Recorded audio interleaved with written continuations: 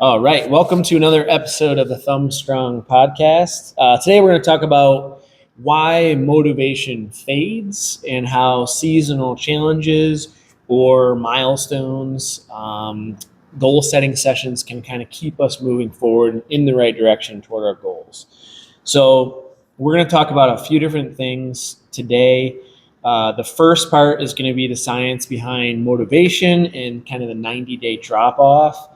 The second is going to be how seasonal and quarterly goal setting can help you stay motivated and on track. And then we're going to give you guys some practical tips to implement your 90-day cycles into your routine. And then we'll give you guys some call to action and some action steps to take right away. So the first thing is the science of motivation and the 90-day drop off. So first thing that comes to my mind is when we try something new. For example, we can use New Year's resolutions. People start a new year, they get super excited, they have high hopes, high expectations, they set new resolutions, and they're motivated, so it's easy to start. But week after week, that motivation, that novelty starts to kind of fade. And so basically every single week, that excitement starts to kind of wear off. You guys have any experience with that? Or Definitely. Yeah. I actually have a list in this book right here, I think. Or it was in one of my books of my goals for 2024. No, it must be in the other one. But it was, I think I had like 4 or 5 of them. And I was probably 25% success rate on that. So Yeah. It wasn't great. But like I kind of just forget about it as time goes on. And if I'm not constantly seeing it every day, I didn't put it in a good spot because I don't open this book up every day. Yep. It's not as easy to keep on track with them. And that's one of the other points on here is just the lack of regular reflection and checkpoints. So you could set a 1-year goal, but if you don't regularly remind yourself or have checkpoints along the way, the likelihood of achieving it just goes down drastically. Yeah, so you just write it down and leave it. Not good. No. Another reason people maybe start to lose that motivation is if the goal is too overwhelming or if it's too far away. So I think it's important to set really long-term goals, but it's more important to set micro goals or milestones along the way to get to that point. Because if it's too far away, it might seem like it's too big of a stretch. It's going to be, you'll definitely lose that motivation if you don't have something to shoot for on your way to that point. Mm-hmm. I agree. But yeah, it's just anytime you start something new, you get excited about it or you're excited about the results. And then once you get into the grind and the thick of it, that's when the motivation and the steam seems to wear off. Like, oh, it's starting to get tough. It's starting to get hard. It's getting a little boring. And that's what happens for a lot of people. And I mean, for myself too, for certain habits, it starts off really, really good. And you're like, yeah, I'm doing great. And then all of a sudden, especially when we've done 75 hard in the past, things like that, like you're super motivated the first week. And then after that, you're just like, oh man, this is just kind of a grind and doing things you don't want to do to try and stick with it. So I think that a lot of people could resonate with that of it starts off great and then it starts to get a little bit more tedious. Obstacles come up and that kind of hinders their ability to stick with it. Yeah, I've had a couple goals. Well, this year, my goal is to run a marathon. I had a goal last year of learning how to play the guitar. And it's a lot easier for me to follow my goal of running a marathon because I got some skin in the game, right? I've already signed up, like forced myself to sign up. I paid for an Airbnb where the race is at. But like if my guitar's just sitting in my room, I can pretty easily just kind of blow it off, right? Yeah. So if I made some micro goals on learning how to play the guitar, it could be, okay, I'm going to get a whiteboard. I'm going to go buy a whiteboard and I want to train for 3 hours per week. And I'm going to write down what I did. Like, yeah, that's pretty good. That's you know what I mean? Yeah, that's kind of what you need to do. But I would, if it were me, I would probably just say, hey, 5-10 minutes a day.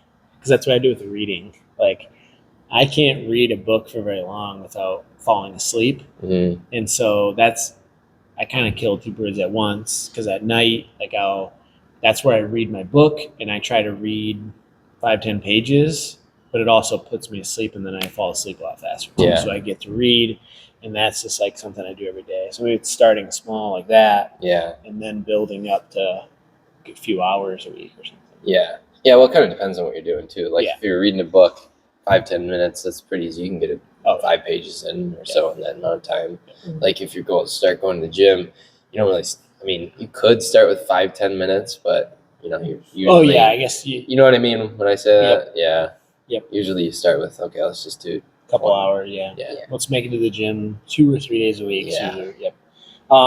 Here's just a stat for you guys: that 92% of people fail their resolutions, which is insane, which is a lot. So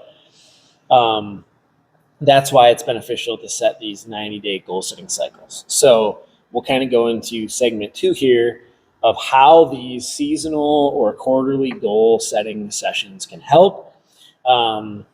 So naturally re-engaging yourself.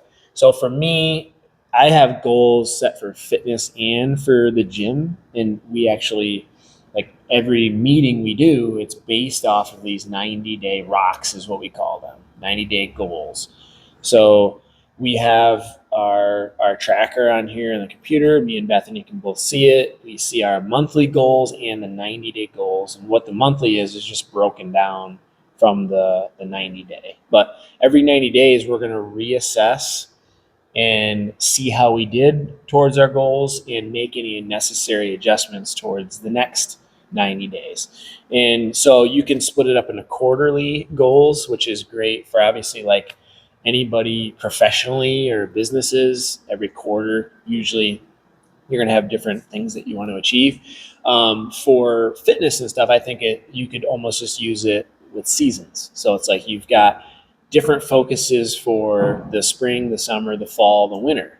And I think we even have like different goals for that too. It's Definitely. Throughout my 15 years of working out, obviously during the summer, I kind of wanted to get a little leaner and more cut up. And then the winter, it's like, okay, now we're going to shift gears. I'm going to focus on maybe putting on some size and gaining a little bit of weight. So your goals will shift, and it's setting that plan, each season or each quarter, every 90 days roughly, to make sure that you're staying on path. So that's one way, is just re-engagement points, such as the new year, springtime, fall season, that kind of thing. And that's one of the reasons why we usually have a challenge. Right now, we're going to be in 3 weeks, we're starting our summer sculpt program, which is our springtime program to get people re-engaged, teach them some healthy habits as they go into summer to help them drop some body fat, build some muscle, improve their nutrition habits. That way, when they go into summer, they're kind of ahead of the game and they can enjoy their summer better. New Year's, we always do something in the new year to get new people motivated in the gym. And then in the fall, usually after the summer, it's like, all right, we need to get back on track here. Summertime, usually we all fall off a little bit with our nutrition and our eating. It's a lot more eating out, camping trips, probably drinking a little bit more. So that's where it's like, okay, fall comes around, we need to get back on track. So it's just to get you back into the swing of things.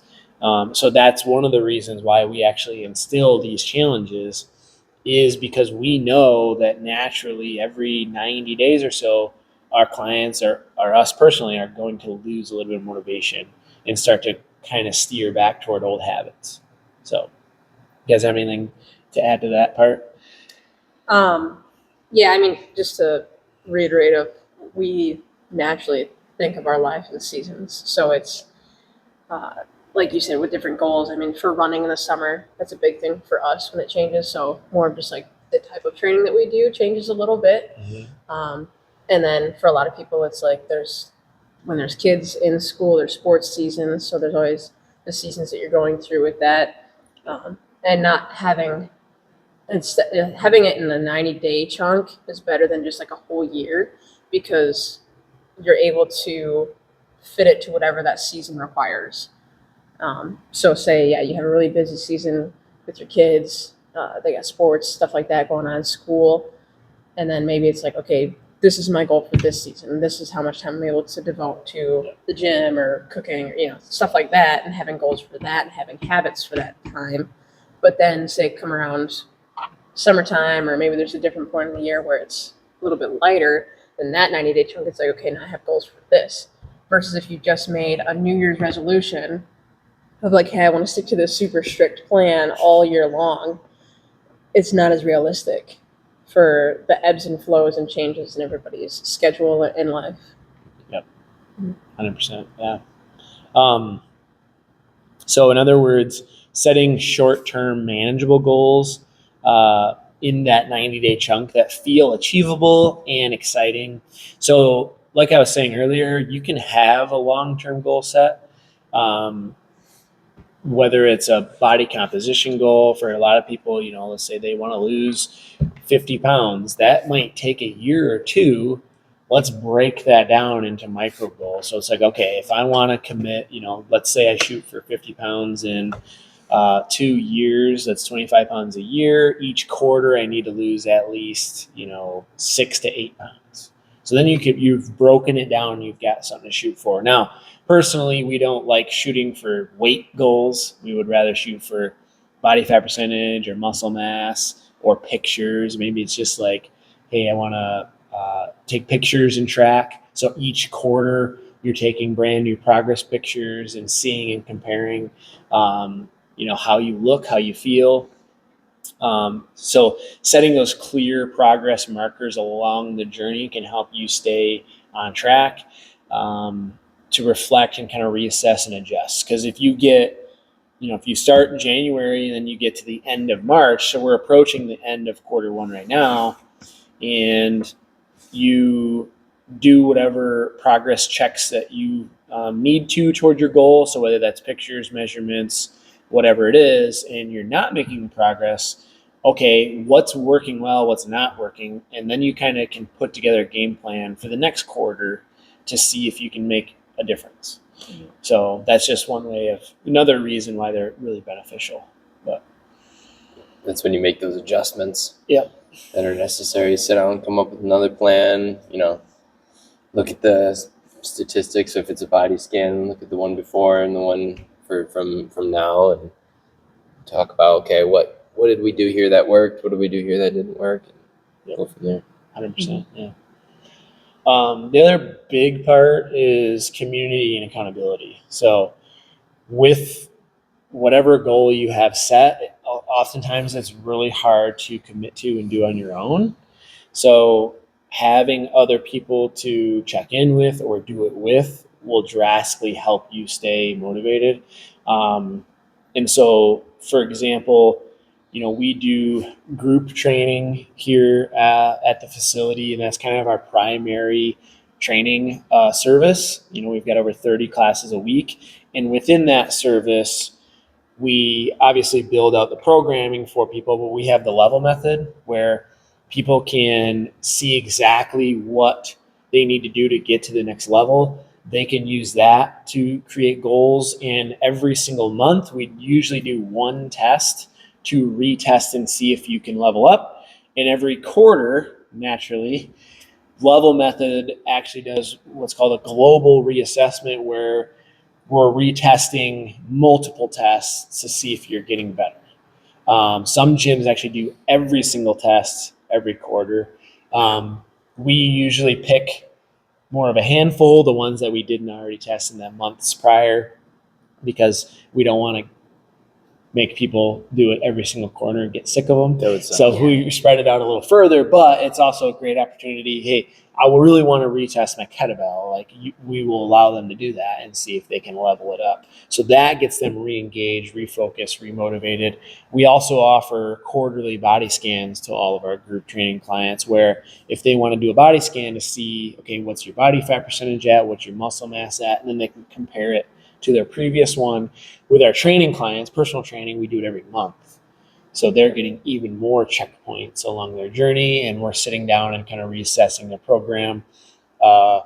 With our training plan with our personal training clients, you were just talking about one of our clients really enjoying the phase that we're in. So we have different phases within the quarter where we're focusing on strength, we're focusing on power, and then we're focusing on volume, right? Hypertrophy. Yep. So we're trying to switch that up, which provides different results. You're setting different goals. During that strength phase, maybe it's like, hey, can we set some new PRs? During the hypertrophy power phase, it's like, hey, can we maybe we get a little bit more leaner? Maybe we're dropping some body fat or building some muscle, see if we gain some muscle mass. So that's what I like about kind of how we already have it pre-built in with the level method and our body scans with our training, is we have those milestones kind of built into the journey to help people stay motivated. Yeah. But even if you're not coming here, find some workout partner or a friend, family member, coworker to do it with, and then set those goals with each other and check in with each other. So how has that helped you guys, having somebody else to work out with? Or Usually, if I don't feel like doing something, you yell at me and make me do it. So that helps me a lot, and thank you for that. Yeah. Which Vice happens quite versa. often. Yeah, it goes both ways. Yeah, you talked me into doing a Metcon on Tuesday. I did not want to. Yeah. You talk me into doing core when I don't want to. So Yeah. Yeah. I mean, there's just that. I think in everybody, there's a little bit of that competitive nature when you're working out with somebody. Push yourself a little bit harder. Like you see them pushing harder, that's going to make you push harder. It's just naturally, that's just inside most people. Yeah, it does help to keep you accountable and keep you sticking to what you say that you're gonna do if somebody's there to hold you to it on the days that you don't always feel like doing it. So that does make a good difference and holds you accountable. If like you tell somebody, hey, this is my goal, or I want to do this, and then they ask you about it, so that you know that somebody's gonna be, hey, asking about this and that. So it makes you more motivated to follow through on what your goal is. Yeah, 100%.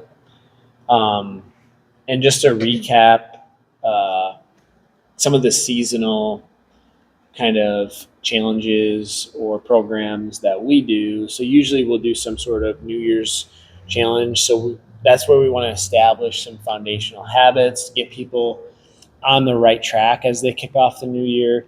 The summer sculpt that's coming up is kind of preparing for summer, motivation to enhance your fitness or physique as you go into summer. That's why we called it sculpt this year instead of shred. We want to focus on building muscle, burning fat, not just dropping a bunch of weight, right? So that's why we renamed it TM, trademark Bethany. And then a fall challenge, usually that's where we're refocusing after the summer, returning back to a structured routine. Even parents and the students, they're adjusting back to a routine that takes a little while to get back into, right? Yeah. Summer, we kind of steer away from a lot of things. We've had so many people over the years that will leave during the summer, come back in the fall, and they're like, oh gosh, I got to get back into this all over again. And we try to get them to not leave during the summer. That's the goal, but some people will regardless, so we help them get back on track. The last segment here, the last section, is going to be just practical tips to implement this 90-day cycle into your life. So obviously, as we've been talking about this, is clearly define your 90-day goal. So if you need to break down a long-term goal to figure out your 90-day goals, make sure you have it written down. Make sure it's a SMART goal, so it's specific, measurable, achievable, relevant, and time-bound. So make sure that it's realistic, that it's something that you can achieve and you're excited for. And then schedule those regular reflection sessions every 90 days where you're going to sit down and reassess and see how you're progressing toward it. So like an example for me, it would be I will run 3 days a week following my program until the date of my marathon, May 24th. That's pretty simple. That would work, wouldn't it? Yeah. Yep. It's a SMART goal. Mm-hmm. A time-bound day of marathon, measurable 3 days a week that I run 3 days a week. Yeah, and put it somewhere where you're going to remember to do it. So Yeah. whether it's either in your phone, a calendar reminder, and then you have like a notes app with your SMART goal in there, with your whatever you're measuring, whether that's body fat, pictures, like tape measurements, performance measures, Yeah. of like, hey, I want to improve my back squat, something like that. Maybe it's just being more consistent with different habits, and then you're marking that off on the calendar of how many days that you're doing that. Just ways to keep it fresh and then in front of your mind is huge, because like you said, you can forget about it, or you can just say, you see the guitar there and you have all good intentions of using it, but you don't actually make the time to do it or have that habit yet. That's a game changer for me and I think both of you guys have really adopted that over the years too, of putting it in your Google Calendar, your time blocking. Almost everything we do is time blocked in your Google Calendar. I use like a notebook, make sure it's written down. You mentioned like maybe you just start forgetting about your goal, right? So write it on a sticky note or print something out, put it on your mirror in your bathroom or in your bedroom or where you're going to see that reminder every single day of what you're working toward. Mm-hmm. That's super important. So like I'll create 2025 goals, and I actually have it on a whiteboard in my office. I have all my goals written right on a whiteboard. Every time I go to my office, which is every day of the week, at home, I'm seeing my goals and reminding myself of what I'm working for. So make sure you can see that. And then I think one of the things that most people really struggle with, like 99% of people really struggle with, including us probably, is celebrating the little wins along the way. A lot of times we can get tied up with what's not going well. Oh, I'm not making as much progress as I want. I'm struggling with this, and this, but we're not celebrating those small wins along the journey. That's something that we try to really do with our clients, is asking and pointing out those little wins, and we celebrate them.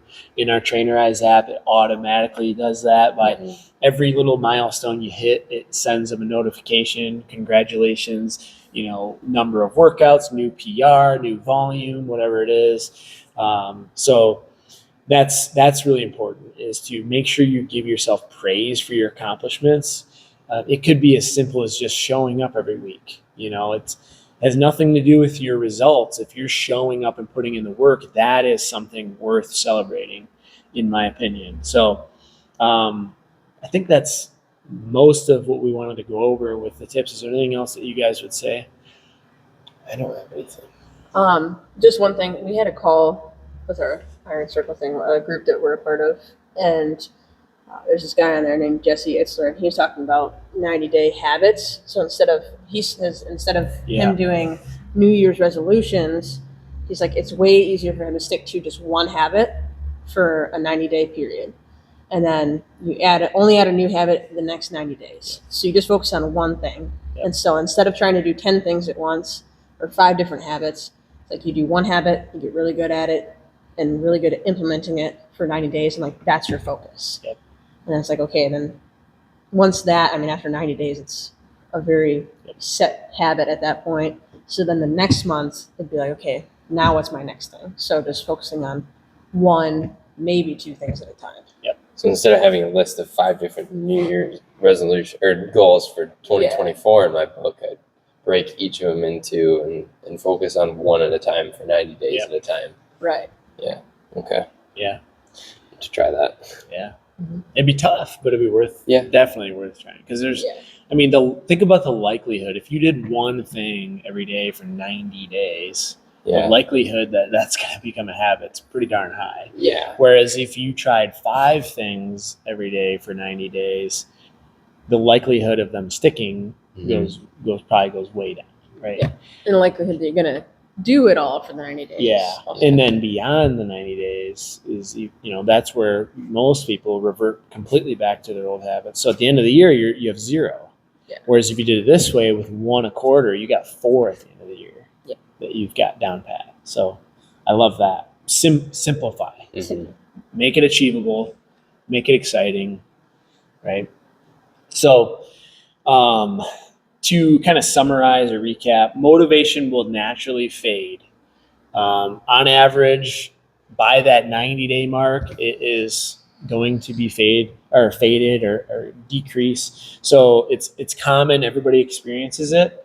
So that's where setting these 90-day checkpoints, goal setting sessions, seasonal challenges, that kind of thing is going to come in handy. So make sure you're reflecting and re-engaging yourself, because it's a natural thing that happens to everybody, even us. So some actions to take is you could join a seasonal challenge.